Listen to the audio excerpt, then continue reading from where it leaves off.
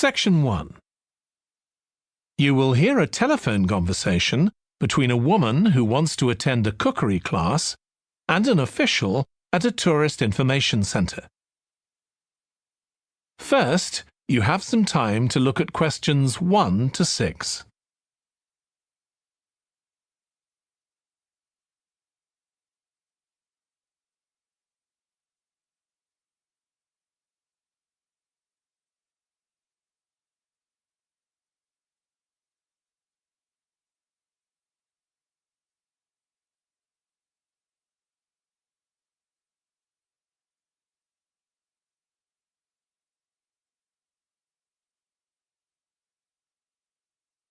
You will see that there is an example that has been done for you. On this occasion only, the conversation relating to this will be played first. Hello, Tourist Information Centre. Mike speaking. How can I help you? Oh, hi. I wanted to find out about cookery classes. I believe there are some one-day classes for tourists. Well, they're open to everyone, but tourists are always welcome. OK, let me give you some details of what's available. There are several classes. One very popular one is at the food studio. The first cooking class is at the food studio, so studio has been written in the space. Now we shall begin. You should answer the questions as you listen because you will not hear the recording a second time. Listen carefully and answer questions 1 to 6. Hello, Tourist Information Centre. Mike speaking. How can I help you? Oh, hi. I wanted to find out about cookery classes. I believe there are some one-day classes for tourists. Well, they're open to everyone, but tourists are always welcome. OK, let me give you some details of what's available. There are several classes. One very popular one is at the food studio. OK. They focus on seasonal products, and as well as teaching you how to cook them, they also show you how to choose them. Right, that sounds good. How big are the classes? I'm not sure exactly, but they'll be quite small. And could I get a private lesson there? I think so. Let me check. Yes, they do offer those. Though, in fact, most of the people who attend the classes find it's a nice way of getting to know one another. I suppose it must be, yes. And this company has a special deal for clients where they offer a discount of 20% if you return for a further class. OK, but you said there were several classes. That's right. Another one you might be interested in is Bond's Cookery School. They're quite new. They just opened 6 months ago, but I've heard good things about them. They concentrate on teaching you to prepare healthy food, and they have quite a lot of specialist staff. So is that food for people on a diet and things like that? I don't know if I'd be interested in that. Well, I don't think they particularly focus on low-calorie diets or weight loss. It's more to do with recipes that look at specific needs, like including ingredients that will help build up your bones and make them stronger, that sort of thing. I see. Well, I might be interested. I'm not sure. Do they have a website I could check? Yes, just key in the name of the school. It'll come up. And if you want to know more about them, every Thursday evening they have a lecture at the school. It's free, and you don't need to book or anything. Just turn up at 7:30. And that might give you an idea of whether you want to go to an actual class. Before you hear the rest of the conversation, you have some time to look at questions 7 to 10.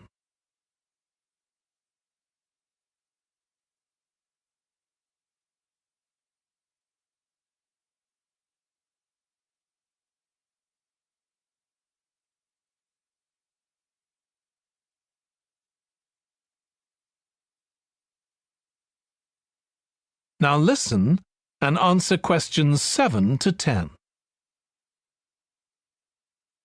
OK, there's one more place you might be interested in. That's got a rather strange name. It's called the Ielts Centre. That's spelled A-R-R-E-T-S-A. OK. They've got a very good reputation. They do a bit of meat and fish cookery, but they mostly specialise in vegetarian dishes. Right. That's certainly an area I'd like to learn more about. I've got lots of friends who don't eat meat. In fact, I think I might have seen that school today. Is it just by the market? That's right. So they don't have any problem getting their ingredients. They're right next door. And they also offer a special 2-hour course in how to use a knife. They cover all the different skills, buying them, sharpening, chopping techniques. It gets booked up quickly, though, so you'd need to check it was available. Right. Well, thank you very much. I'll go and check that out. That is the end of section 1.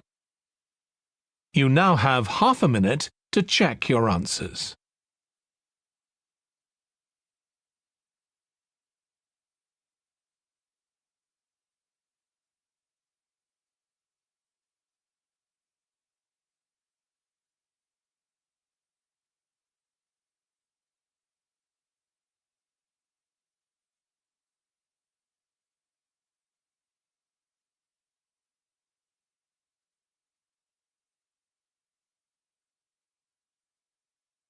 Now turn to section 2.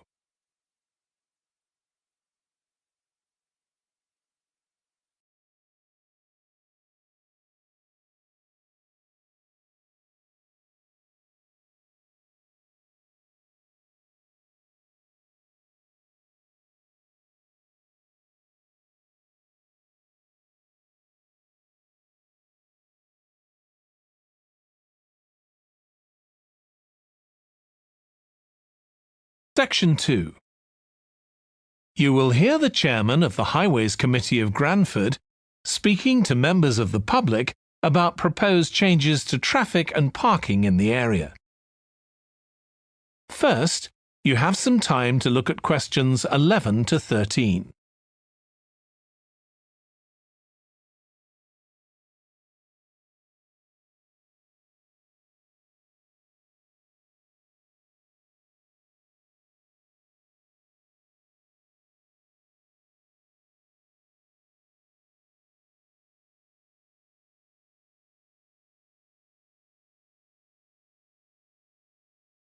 Now listen carefully and answer questions 11 to 13.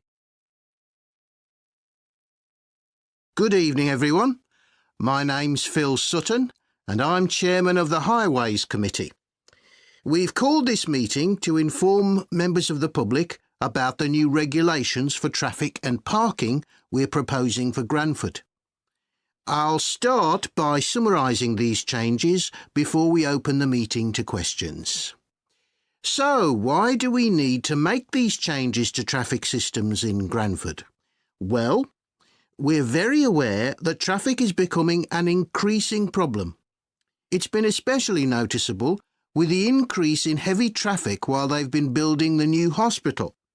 But it's the overall rise in the volume of traffic of all kinds that's concerning us. To date, there's not been any increase in traffic accidents, but that's not something we want to see happen, obviously. We recently carried out a survey of local residents, and their responses were interesting. People were very concerned about the lack of visibility on some roads due to cars parked along the sides of the roads. We'd expected complaints about the congestion near the school when parents are dropping off their children or picking them up. But this wasn't top of the list, and nor were noise and fumes from trucks and lorries, though they were mentioned by some people. We think these new traffic regulations would make a lot of difference, but we still have a long way to go.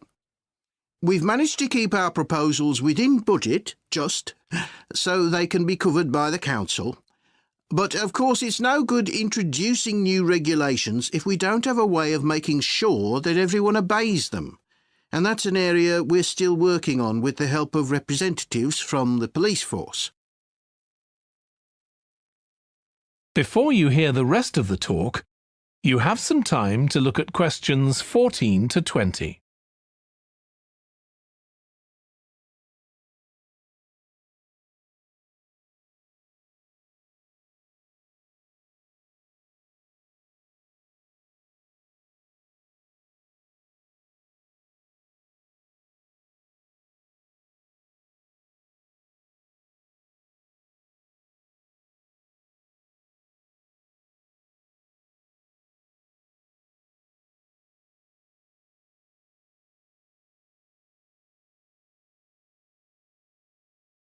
Now listen and answer questions 14 to 20. OK, so this slide shows a map of the central area of Granford with the High Street in the middle and School Road on the right. Now, we already have a set of traffic lights in the High Street at the junction with Station Road, but we're planning to have another set at the other end at the School Road junction to regulate the flow of traffic along the High Street. We've decided we definitely need a pedestrian crossing. We considered putting this on School Road just outside the school, but in the end we decided that could lead to a lot of traffic congestion. So we decided to locate it on the High Street, crossing the road in front of the supermarket. That's a very busy area, so it should help things there. We're proposing some changes to parking. At present, parking isn't allowed on the High Street outside the library, but we're going to change that and allow parking there, but not at the other end of the High Street near School Road. There'll be a new no parking sign on School Road just by the entrance to the school, forbidding parking for 25 metres. This should improve visibility for drivers and pedestrians, especially on the bend just to the north of the school. As far as disabled drivers are concerned, at present they have parking outside the supermarket, but lorries also use those spaces, so we've got 2 new disabled parking spaces on the side road up towards the bank. It's not ideal, but probably better than the present arrangement. We also plan to widen the pavement on School Road. We think we can manage to get an extra half metre on the bend just before you get to the school, on the same side of the road. Finally, we've introduced new restrictions on loading and unloading for the supermarket, so lorries will only be allowed to stop there before 8 a.m. That's the supermarket on School Road. We kept to the existing arrangements with the High Street supermarket. OK, so that's about it. Now, That is the end of section 2. You now have half a minute to check your answers.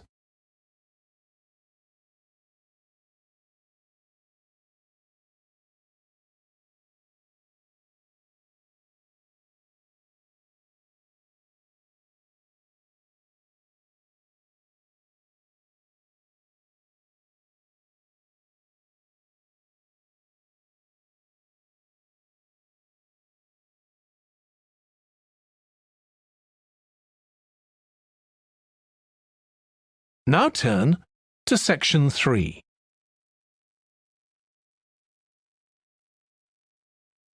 Section 3. You will hear 2 biology students called Emma and Jack discussing an experiment they are going to do together. First, you have some time to look at questions 21 to 25.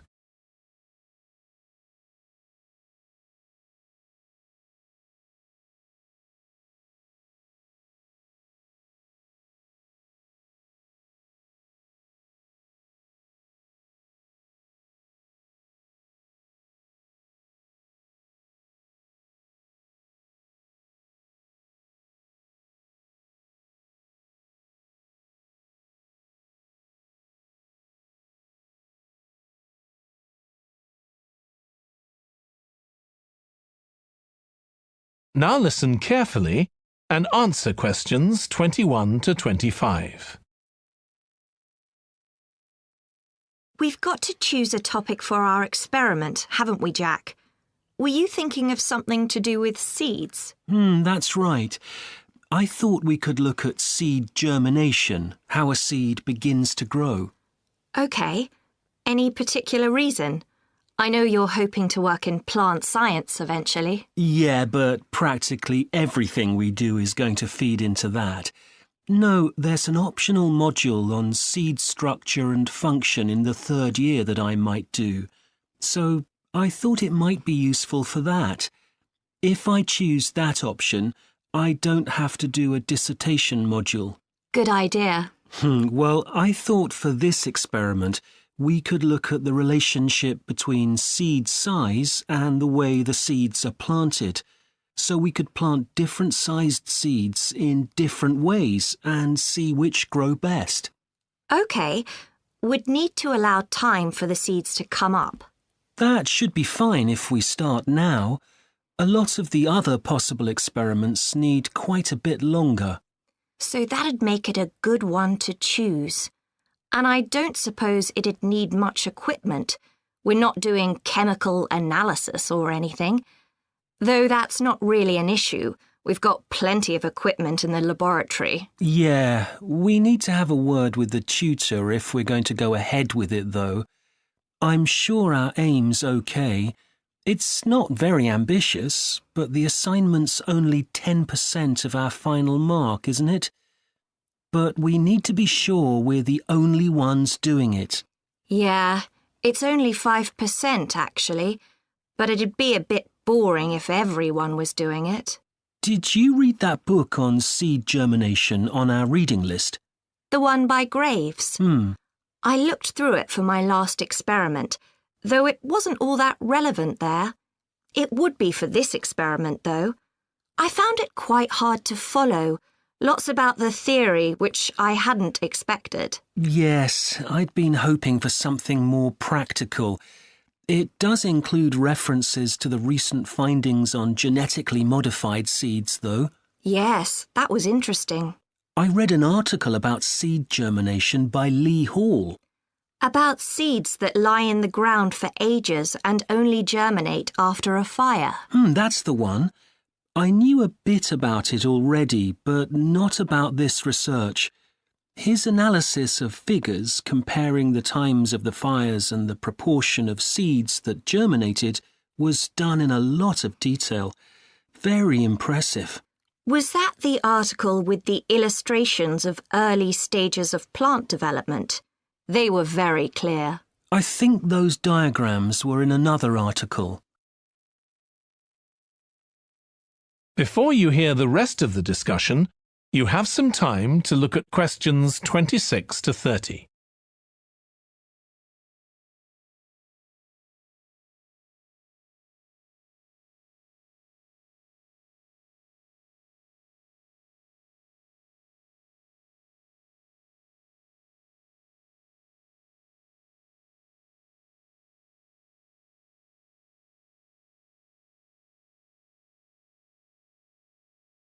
Now listen and answer questions 26 to 30.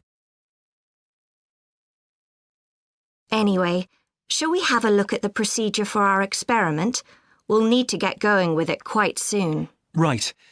So the first thing we have to do is find our seeds. I think vegetable seeds would be best, and obviously they mustn't all be the same size. So how many sorts do we need? About 4 different ones? I think that would be enough.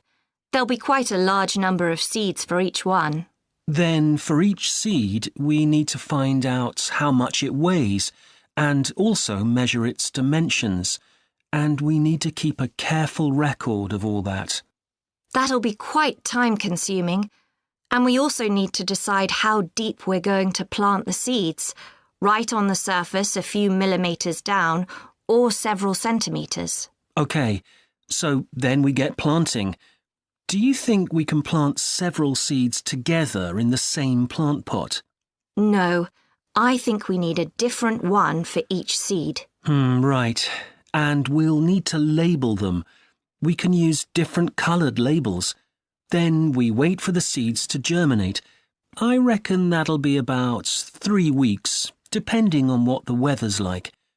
Then we see if our plants have come up and write down how tall they've grown. Then all we have to do is look at our numbers and see if there's any relation between them. That's right. So then we get... That is the end of section 3. You now have half a minute to check your answers.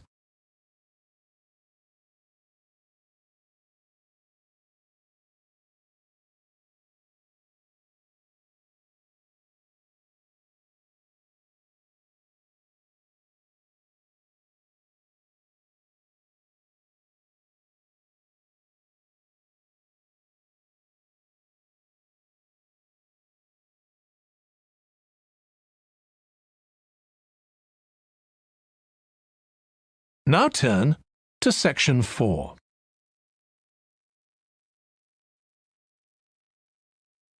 Section 4. You will hear part of a lecture on an environmental studies course about recent research on how animals are adapting to urban environments.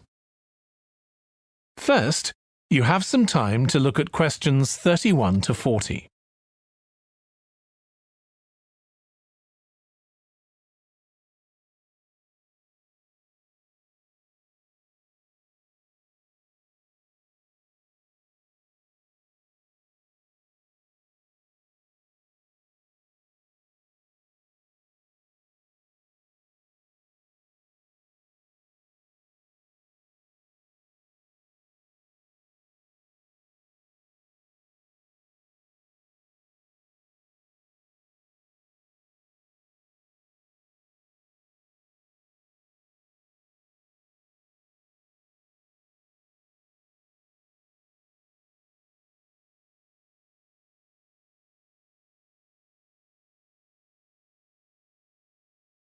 Now listen carefully and answer questions 31 to 40.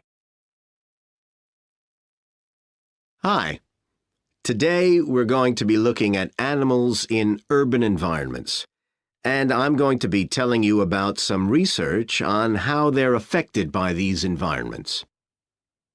Now, in evolutionary terms, urban environments represent huge upheavals, the sorts of massive changes that usually happen over millions of years. And we used to think that only a few species could adapt to this new environment. One species which is well known as being highly adaptable is the crow, and there have been various studies about how they manage to learn new skills. Another successful species is the pigeon, because they're able to perch on ledges on the walls of city buildings, just like they once perched on cliffs by the sea. But in fact, we're now finding that these early immigrants were just the start of a more general movement of animals into cities, and of adaptation by these animals to city life. And one thing that researchers are finding especially interesting is the speed with which they're doing this. We're not talking about gradual evolution here. These animals are changing fast. Let me tell you about some of the studies that have been carried out in this area. So, in the University of Minnesota, a biologist called Emily Snellrud and her colleagues looked at specimens of urbanized small mammals such as mice and gophers that had been collected in Minnesota and that are now kept in museums there. And she looked at specimens that had been collected over the last 100 years, which is a very short time in evolutionary terms. And she found that during that time, these small mammals had experienced a jump in brain size when compared to rural mammals. Now, we can't be sure this means they're more intelligent, but since the sizes of other parts of the body didn't change, it does suggest that something cognitive was going on. And Snellrud thinks that this change might reflect the cognitive demands of adjusting to city life, having to look in different places to find food, for example, and coping with a whole new set of dangers. Then over in Germany, at the Max Planck Institute, there's another biologist called Katharina Miranda, who's done some experiments with blackbirds living in urban and rural areas. And she's been looking not at their anatomy, but at their behavior. So, as you might expect, she's found that the urban blackbirds tend to be quite bold.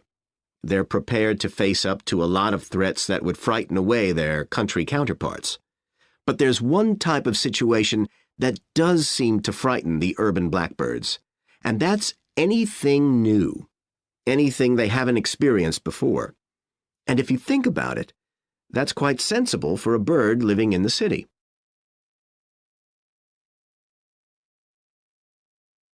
Jonathan Atwell, in Indiana University, is looking at how a range of animals respond to urban environments. He's found that when they're under stress, Their endocrine systems react by reducing the amount of hormones such as corticosterone into their blood. It's a sensible-seeming adaptation. A rat that gets scared every time a subway train rolls past won't be very successful. There's just one more study I'd like to mention, which is by Sarah Parton and her team. And they've been looking at how squirrels communicate in an urban environment, and they've found that a routine part of their communication is carried out by waving their tails. You do also see this in the country, but it's much more prevalent in cities, possibly because it's effective in a noisy environment. So, what are the long-term implications of this? One possibility is that we may see completely new species developing in cities. But on the other hand, it's possible that not all of these adaptations will be permanent. Once the animals got accustomed to its new environment, it may no longer need the features it's developed. So now we've had a look at adaptation. That is the end of section 4. You now have half a minute to check your answers.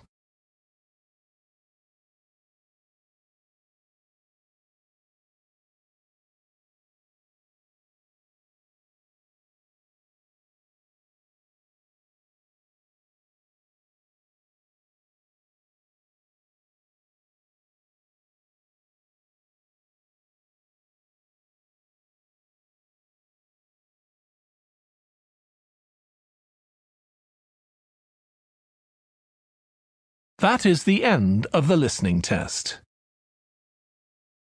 In the IELTS test, you would now have 10 minutes to transfer your answers to the answer sheet.